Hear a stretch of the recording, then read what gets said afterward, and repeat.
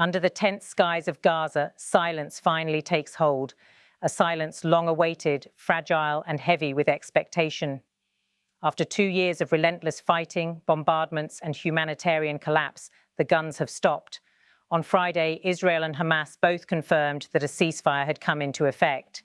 The Israeli military said the truce was reached under a US brokered agreement designed to secure the release of dozens of hostages still held inside the Gaza Strip.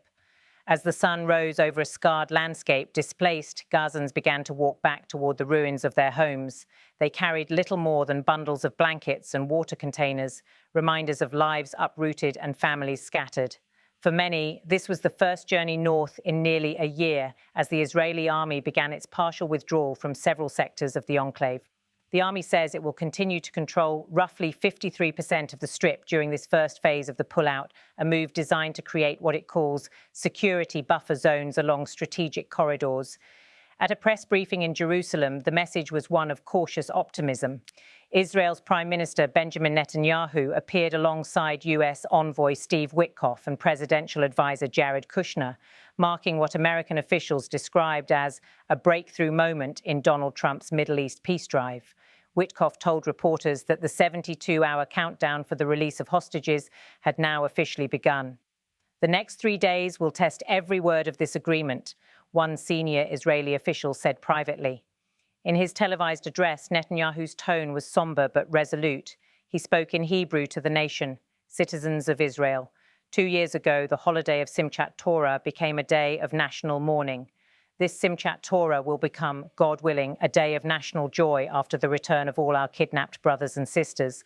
The line drew applause in the Knesset and tears from families of the captives, still waiting for word from the Red Cross and mediators in Doha and Cairo.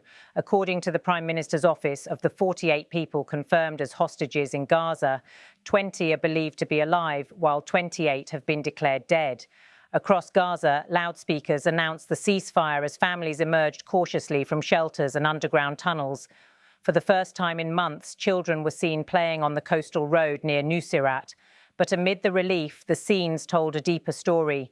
Buildings reduced to shells, water wells destroyed, hospitals overwhelmed, and a population now 90% displaced, according to UN estimates. The truce came after weeks of intensive mediation involving Qatar, Egypt, and the United States. A senior Hamas negotiator, Khalil al-Hayya, declared in a televised statement from Gaza City, "We have received assurances from the brotherly mediators and the US administration confirming that the war has come to a definitive end."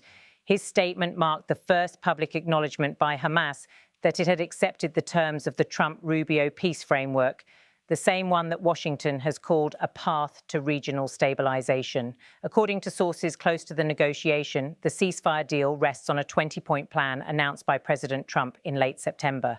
It includes phased Israeli withdrawal, international monitoring, the exchange of hostages for 2,000 Palestinian prisoners, and the gradual reopening of Gaza's border crossings under multinational supervision.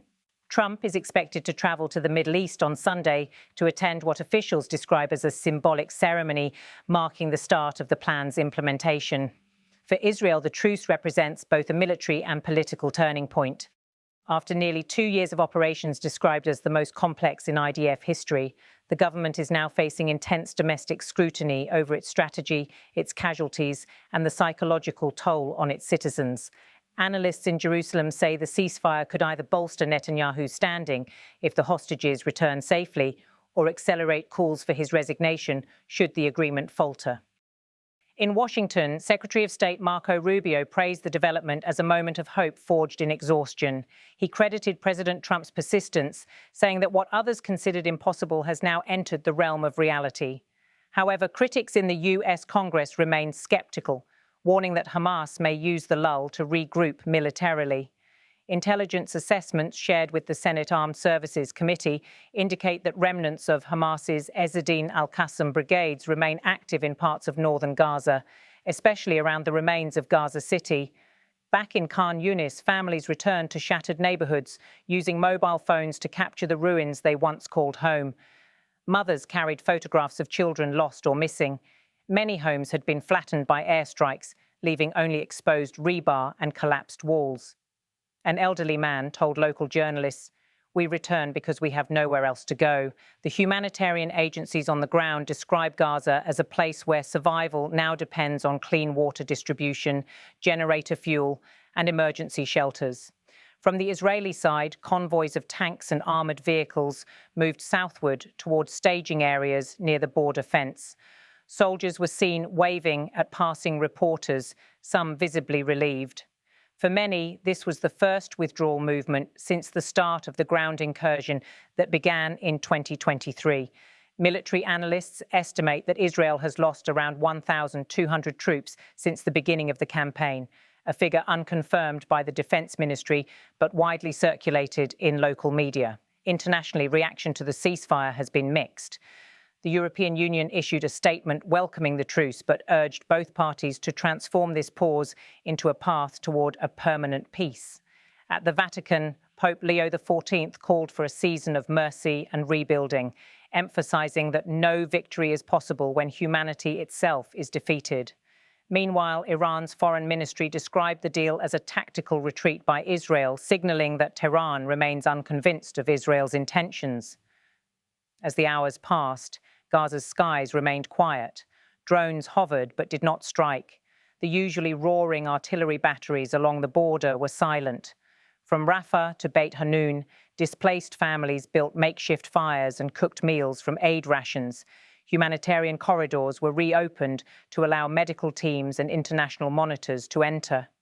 In Nusayrat, the sound of hammering and the cry of children mixed with the evening call to prayer, echoes of normal life attempting to return. The ceasefire agreement stipulates that in the next 72 hours, Hamas will begin releasing hostages in groups coordinated through the International Committee of the Red Cross. In exchange, Israel will release the first batch of 800 Palestinian detainees, many of whom were arrested during the military campaign.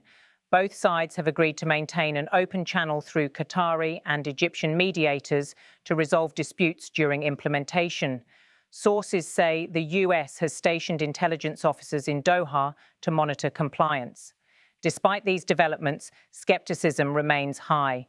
Israeli commentators warn that Hamas's command structure has survived deeper than anticipated, while Palestinian analysts caution that Israel's continued control of over half the territory risks reigniting conflict. The truce, many say, is less an end to war than a fragile breathing space, one that could collapse with a single miscalculation.